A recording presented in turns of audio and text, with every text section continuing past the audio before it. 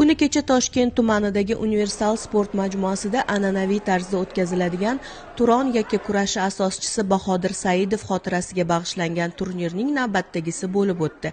4-bor tashkil etilayotgan bu galgi bellashuvlarda yurtimizning turli hududlaridan tashrif buyurgan yosh atletlar o'z imkoniyatlarini sinovdan o'tkazishdi. Raqobatlar turnirning tantanali ochilish marosimi bilan boshlandi. Tadbirda so'z olganlar Bahodir Saidovning Turon sport turini kashf qilish va uni rivojlantirishdagi mehnatlarini yana bir bor e'tirof etishdi. Ushbu sportga kirib kelayotgan umidli yosh yakkakurashchilarga omad tilashdi. Shundan so'ng Mudofaa vazirligi huzuridagi Toshkent tumanining 9-maktab qoshidagi Vatan tayanchi harbiy Burgut sport guruhi yosh harbiy kursantlarining Turon atletlari bilan hamkorlikda ko'rgazmali chiqishlari namoyish etildi. Turnirda 2014, 2015, 2017, 2018, 2019-yilda tug'ilgan sportchilar o'z vazn toifalarida bellashdilar. Har bir yoshda o'tkazilgan uchrashuvlar qizg'in va qiziqarli bahslar ostida davom etdi.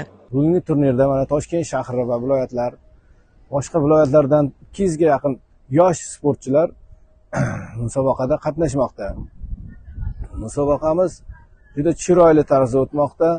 36 ta vazn toifasida 200 ga yaqin sportchilar g'oliblik uchun kurash olib borishmoqda. Bu sport turimiz jahonning turli davlatlarida, O'rta Osiyo davlatlarida asosan rivojlanib kelmoqda.